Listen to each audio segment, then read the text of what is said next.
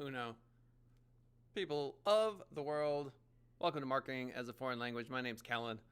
Today on the show, Twitter tests replacing retweets and comments with new quotes count. This will change your life permanently and forever. Facebook announces plans to expand Facebook News into multiple countries. Facebook News in multiple countries? Again, your life will never be the same. Facebook renames ARVR team to encompass its expanding focus. Has anyone seen Upload? That Amazon show? Upload? I want to get uploaded into a heaven-like environment. Anyone with me? Call analytics, how they can drive down costs and improve search conversions. Yeah, do you want to know when people are calling you? Probably.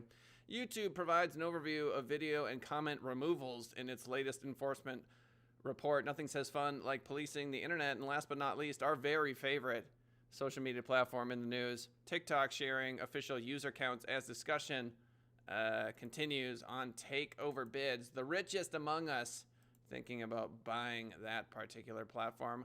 The show begins right now. Hit me with that intro.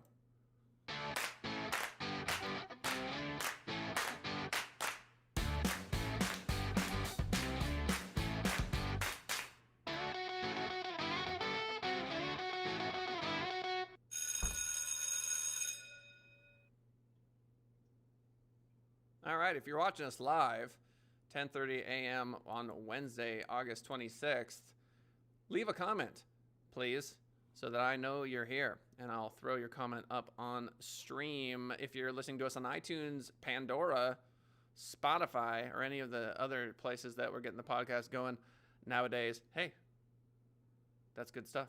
Twitter tests replacing retweets and comments with new quotes count from social media today.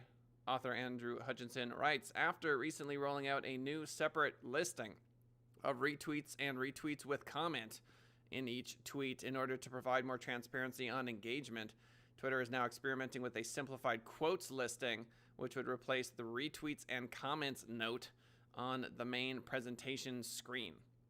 What? What's a quote? I don't get it.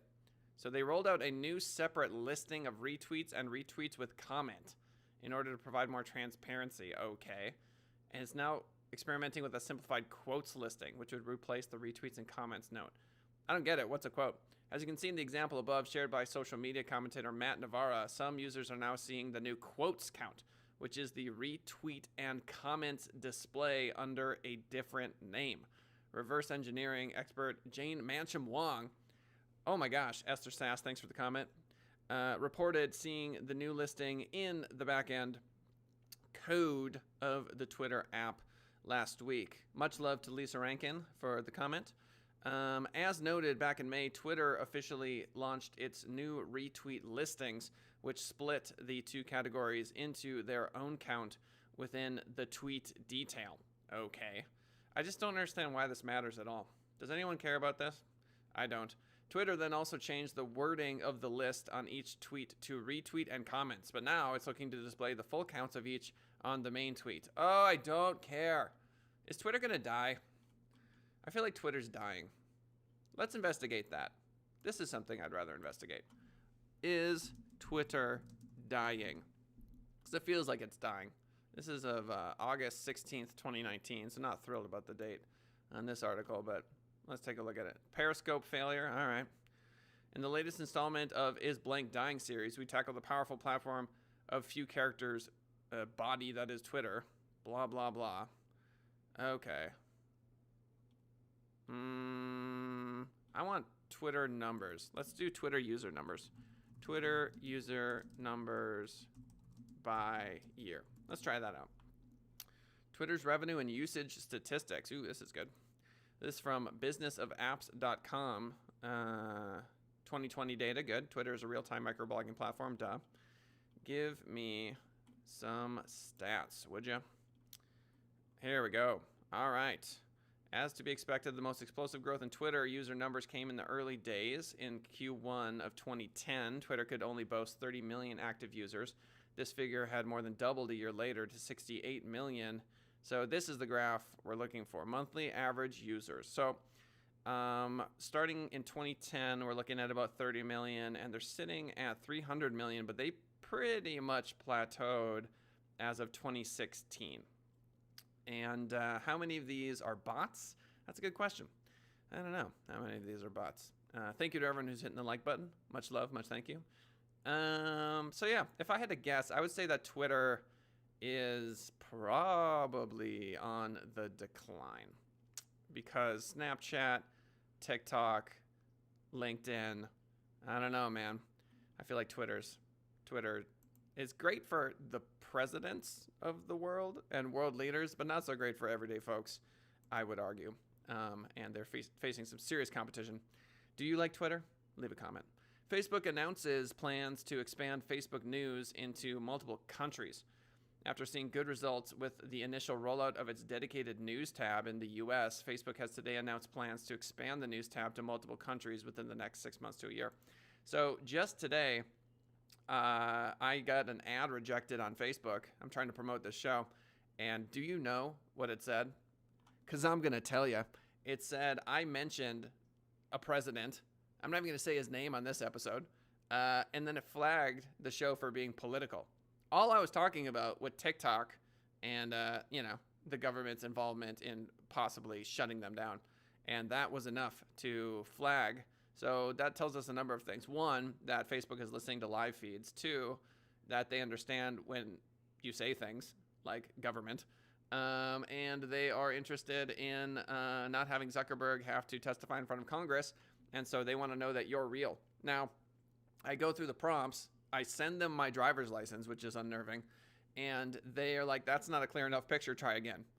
So they're literally going to send me something in the mail, which is ridiculous, to my address. And then I have to punch in a code and give them either my passport or driver's license in order, and this is the crazy part, to give them money. I'm trying to give them money, and they're making me jump through all these hurdles. That's a bit nuts. So, Australian regulators, we talked about this recently, this is interesting, are attempting to make Facebook and Google pay a percentage of their income to local news publishers for usage of their content. Under a new mandatory code of conduct, the Australian government is seeking to implement a range of revenue and data sharing obligations for the web giants, which would then better enable local news publishers to maintain market share and revenue. That would be huge. If Australia actually pulls it out and is able to say, Google, you have to pay our local news folks for content that ends up on your platform, Google and Facebook, I mean, that would be big. I think this is one of the ways the Australian government, I'm going to get flagged again, is going to attempt to, attack a company in another nation. Right? So we're doing that here in America. We're basically saying, hey, TikTok, we don't trust your privacy guidelines. We don't trust the data that you're gathering from United States users. We've banned your app for the U.S. military. And now we are essentially going to, shut you down and buy you up on pennies on the dollar because we can just shut you down in our I feel like this is like the crux of government power, right? If you can drastically reduce the dollar figure of the value of a foreign company operating in your market and then buy them up because of policy, well, geez, if you don't see the power in that, I don't know what to tell you. So Facebook writes, helping publishers reach new audiences has been one of our most important goals, and we found over 95% of the traffic Facebook News delivers to publishers is incremental to the traffic they already get from newsfeed. Facebook is specifically notes the financial benefits of the program, though notably Australia is not one of the nations in which it says that it's looking to launch Facebook News in the first stage. Quote, we aim to launch Facebook News in multiple countries within the next 6 months to a year and are considering UK, Germany, France, India, and Brazil. In each country, will pay news publishers to ensure their content is available in the new product. Oh, really? How much are they paying? How much are they paying? So that is the question that I want answered. Maybe the push then is an effort to quell the potential of similar regulation efforts in other regions in the wake of the proposed Australian reforms. Wow. Either way, it's a bit of an odd announcement from the social network. All right, so we've got a news expansion and a potential for Facebook to pay these publishers. I don't know. Does Facebook have an incentive to pay the publishers? Yeah. Because I talk about getting Zuckerberged. This is where you dedicate your life so that someone else's website gets bigger and stronger. So when we post on Facebook, we're working for Zuckerberg. It is expensive to have quality content created. So if you can get someone else to create that content for you, dude, that's what he did right. He got everyone to use Facebook and buy into the notion that they're doing it for themselves when he's benefiting from your time. So when we invest time in social media platforms, when you invest time, like the comments that people are writing on the show right now, those benefit me, right? So the trade-off obviously is that hopefully this information is halfway decent. You write some comments, that helps me, I help you, hooray. Same idea with Facebook, just times a trillion.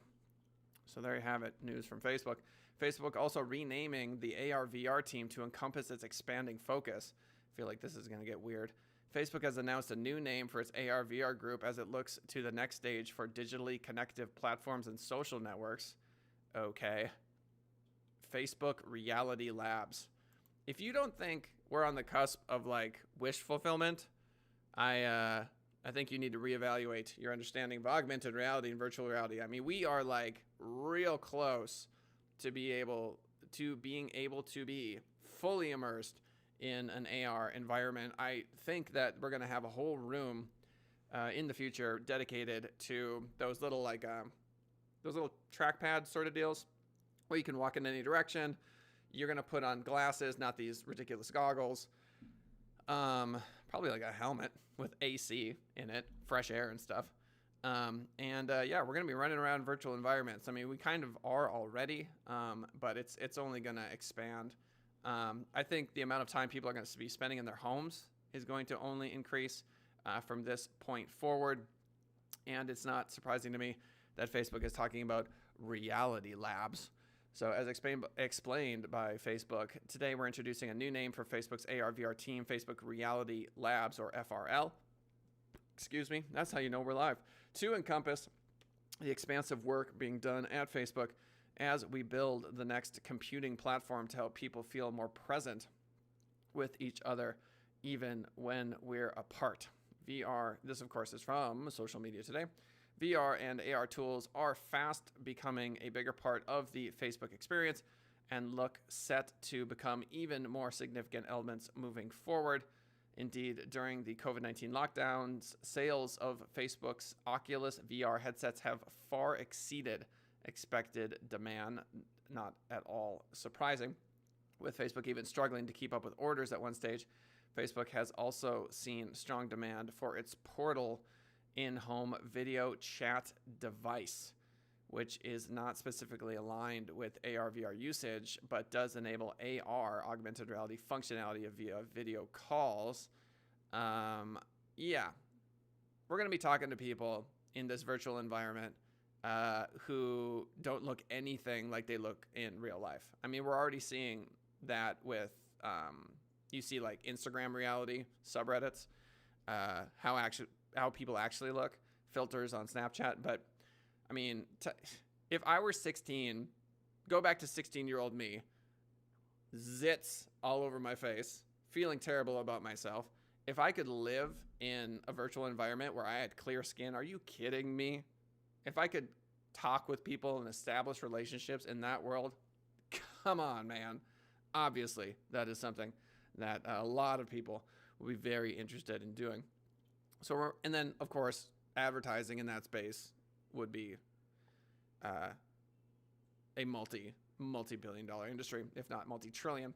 And we're only just touching on the first real stages of the next platform shift. A bigger progression for Facebook will be the development of its own AR glasses, which we haven't heard a lot about, but are definitely in serious development. In a previous episode, we talked about how the AR glasses are not going to be these bulky, ridiculous strap a phone to your head glasses. They already look outdated. They look like the cell phone brick phone of like Zach on Saved by the Bell. You know, like that suitcase phone that he had? They already look like that to me, these VR headsets. what we're going to see are glasses that look just like mine, super stylish, and there's going to be a Bluetooth connection from your phone in your pocket. That's going to be the big difference. So we're only just touching the first real stages. We get it. Facebook AR glasses. Oh my gosh, there they are. Do those not look exactly like my glasses?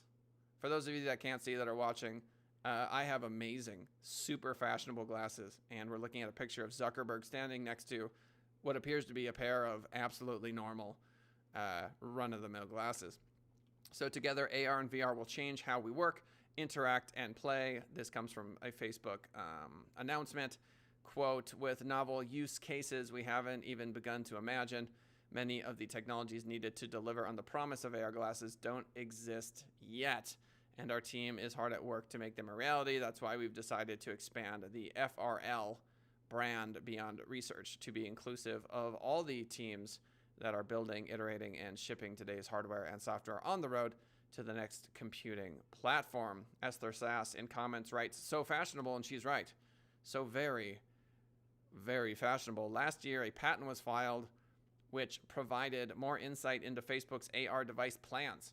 While earlier this year, Facebook also acquired micro LED provider Plessy, which is one of the few companies that's able to provide the key components required to make functional AR glasses a reality. This is a huge industry, all of which suggests that Facebook is making significant advances towards functional AR-enabled glasses, as well as more advanced, slimmer VR glasses and tools to better facilitate connection within these new digital realms. So here we have a picture of, they appear to be kind of like a mask, but they look like glasses. They're very thick, but much better than strapping a phone to your head.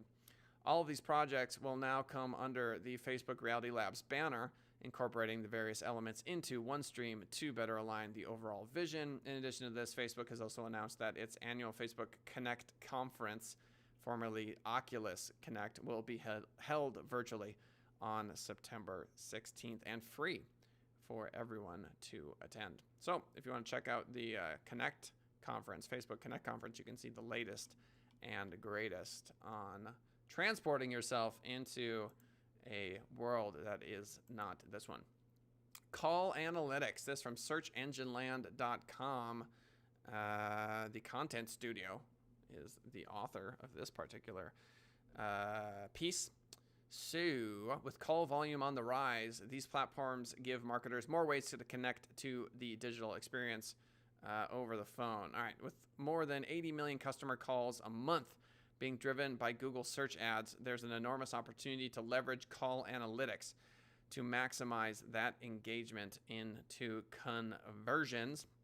So, quote, we're talking about eliminating underperforming campaigns, those campaigns that are not driving the outcomes that you're interested in, said Bill Hyatt, Senior Director at call analytics provider Invoca.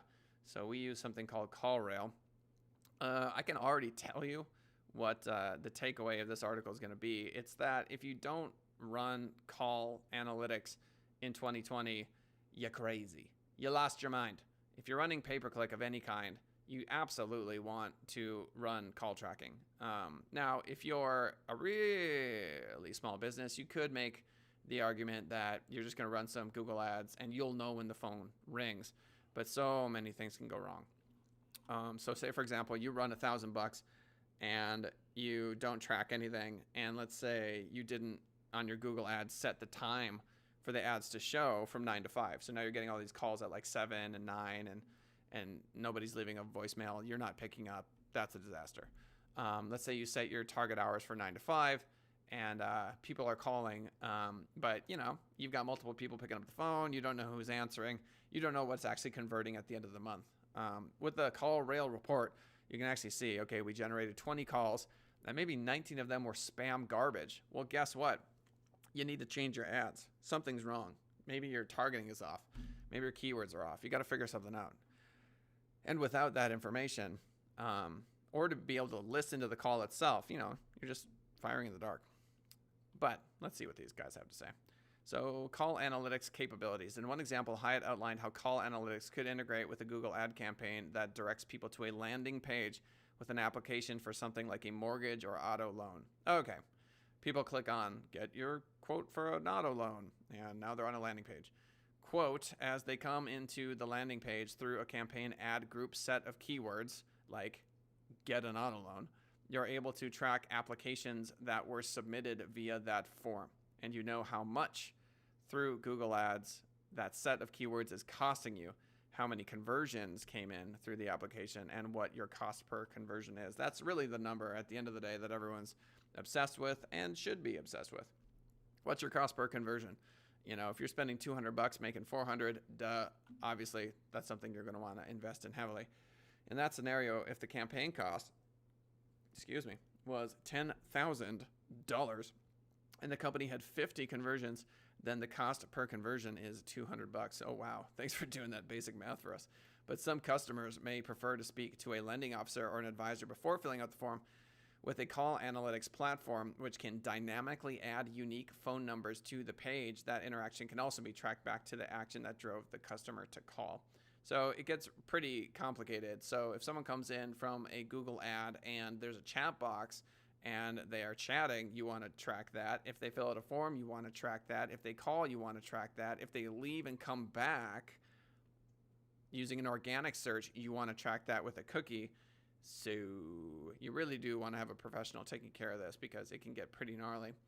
So quote, so same scenario, same campaign ad group, same set of keywords, or a certain number of individuals converted through a form submit. Others chose either through the web page to call directly from the page or from a Google Call extension to convert over the phone. Explained Hyatt. So the 50 from the form submit plus another 50 over the phone, what we're going to start seeing is a more normalized or true cost per conversion. That's true. Call analytics platforms have been adding features in the past few years as more marketers rely on them to gather actionable insights from their growing call volumes. In many cases, enhancements have leveraged new investments by vendors in adding AI to their platforms to drive real-time insights into their data. So according to the latest MarTech Intelligence Report on call analytics platforms, overall, these systems are used in the following ways. Okay. So call analytics provides flexible attribution across media channels, helping brands understand which digital media are driving phone calls. Okay, let me translate that. You're getting calls from Facebook, or you're getting calls from Twitter or Snapchat. Pay-per-click marketers in particular have adopted call analytics to connect callers to specific campaigns and keywords and check keywords to conversion events. Okay, so the difference between car loan and auto loan could be a really granular example. So let's say you do an exact match. People search for car loan, get a car loan, right? Other people are searching for get an auto loan. And for some reason, get a car loan is converting at 10% higher rate. I don't know. Why is that? I don't even know. I just know that it's converting at a higher rate, and perhaps we should focus more money on the car side. The goal is to optimize bids for the keywords driving the most productive calls. Personalization. Call data can be combined with other MarTech system data to improve marketing personalization. Call analytics surface demographic data, product interest, buying stage, and customer type. Bored with this article. We're going to move on. YouTube provides an overview of video and comment removals in its latest enforcement report. This is an article from Social Media Today. Good friend Andrew writing this one. YouTube has released its latest community guidelines enforcement report. Oh, good. Which outlines all of the actions the platform took for rule violations between April and June of this year. Esther writes, how does all this get to me? What type of report? So if you install something called CallRail on your website and you're running Google Ads, it has to be set up on the site. And once it's set up on the site, then there is basically a PDF you can download. You can go to the site and see who called, how long the call lasted, if they're a first-time caller, and you can listen to a transcript of the actual call. But you have to be able to add code to the website. And if you don't have the ability to do that, there's not much you can do about it. But if you can add code to the website, what happens is that the phone number changes when someone comes in from a Google ad. And if they call that number, then voila, they track. Quote, earlier this year, we shared some of the steps we have taken to protect our employees and extended workforce during the COVID-19 pandemic. One major step was to rely more on technology to quickly identify and remove content that violates our community guidelines, so that our teams that review content could safely remain at home. The second quarter of 2020 was the first full quarter we operated under the modified enforcement structure. So, quote, for certain sensitive policy areas such as violent extremism and child safety, we accepted a lower level of accuracy to make sure that we were removing as many pieces of violative content as possible. This also means that in these areas specifically, higher amounts of content that does not violate our policies was also removed. So this has no doubt been a headache for YouTube creators, but with moderation centers slowly coming back to full capacity, it shouldn't be a long-term concern, according to this article. So, I don't know. I feel like YouTube has every right to go in and get rid of garbage that they think is garbage. It's their website. TikTok shares official user counts as discussion continues on the takeover bid. This will be the last article of the day. With negotiations over the future of the app ongoing, again, this is from Social Media Today, and Microsoft still seemingly the lead bidder for the platform, TikTok has this week revealed its actual user counts for the first time, which detail TikTok-specific user numbers. So, much has been made of TikTok's meteoric growth, with the app reaching 2 billion total downloads worldwide back in April this year. That's led to some confusion over the app's actual usage, with some conflating download numbers with user counts and comparing TikTok to Instagram and Facebook in terms of usage numbers. So, what's the truth here? The latest data shows exactly how they compare on this front, as reported by CNBC as part of TikTok's legal filing against the U.S. government's proposed ban on the app. TikTok has reported that it officially has 100 million monthly active users in the U.S., 50 million daily active users in the U.S. So, the population of the USA today is 328 million. So, that is a significant percentage. 50 million out of 320 million of us, if you are an American, are on TikTok every day, and almost a third of us are on it.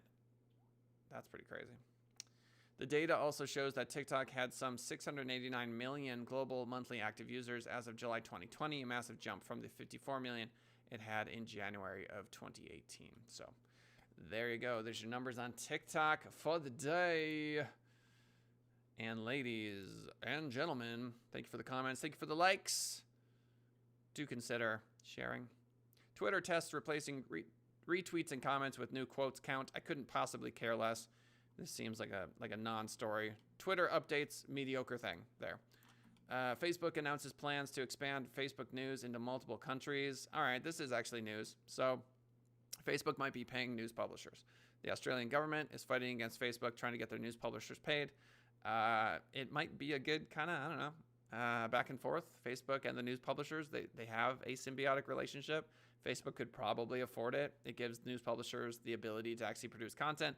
Does it just create more clickbait content? Maybe. We'll see how this unfolds, but is Facebook going to create a lifeline for news outlets to continue to create content so that they don't just continue to hemorrhage money, because they clearly are.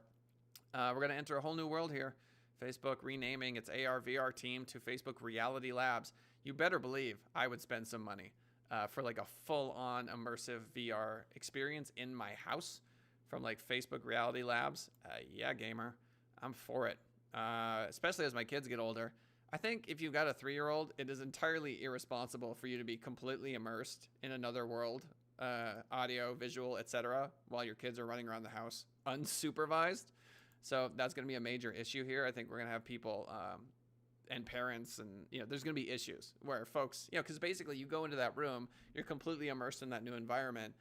You've essentially left the building. You understand what I'm saying? So that's a downside to it. But as my kids get older, I could see myself getting into this. How about you? Leave a comment. Call Analytics, how they can drive down costs and improve search conversions. Dude, good luck, hitting the highest echelons of call tracking on your own. It's so hard to do it correctly. You can just install CallRail yourself and figure it out yourself. If you're a small business and you're trying to save money, you can do this. You can run a Google Ads campaign and you can call track. But if you want to get really nuanced with it, it's going to get tricky. YouTube provides an overview of video and comment removals in its latest enforcement policy. Okay, they're fighting hard to police. We get it. And then last but not least, TikTok has 100 million monthly active users in the US. Who knew? I certainly didn't. Hey, guess what? It's 11. If you're listening to us on iTunes or Pandora or any of these other places, hey, genuinely appreciate it. We do have a live show every single Monday through Friday with very rare exceptions, like when I go to the beach. And we'd love to have you on the live show. But the fact that you are listening at all makes the warm fuzzies. Please do leave a comment so I know that you're there. Please do hit the like button. We are on episode 64, something like that. And, we're grinding this out. So I do genuinely appreciate everyone who's been swinging on by for the live show. It makes me very happy to see the comments. That's actually my favorite part. Oh, Lenasia wrote, Annika can practically raise herself. So my wife, thank you, Esther. We're on episode 64. Yeah, my wife said our daughter can practically raise herself at this point, which is a joke. Thank you, everybody. Genuinely appreciate it. As I mentioned before, please do consider liking and even potentially sharing this as we attempt to grow this. We're streaming live on the Send It Rising Facebook page, the YouTube page, and then my personal Facebook page. So if you want to catch the live show, just swing by YouTube. That's probably the easiest way. Or like us on Facebook or subscribe. Hit the notification bell on YouTube. And then if you're out and about, it looks like we're going to be on iTunes, Pandora, and Stitcher, I want to say as well. But we're just getting that rolling. Anyway, thanks so much. Who doesn't love an outro? And we'll talk to y'all tomorrow. Farewell.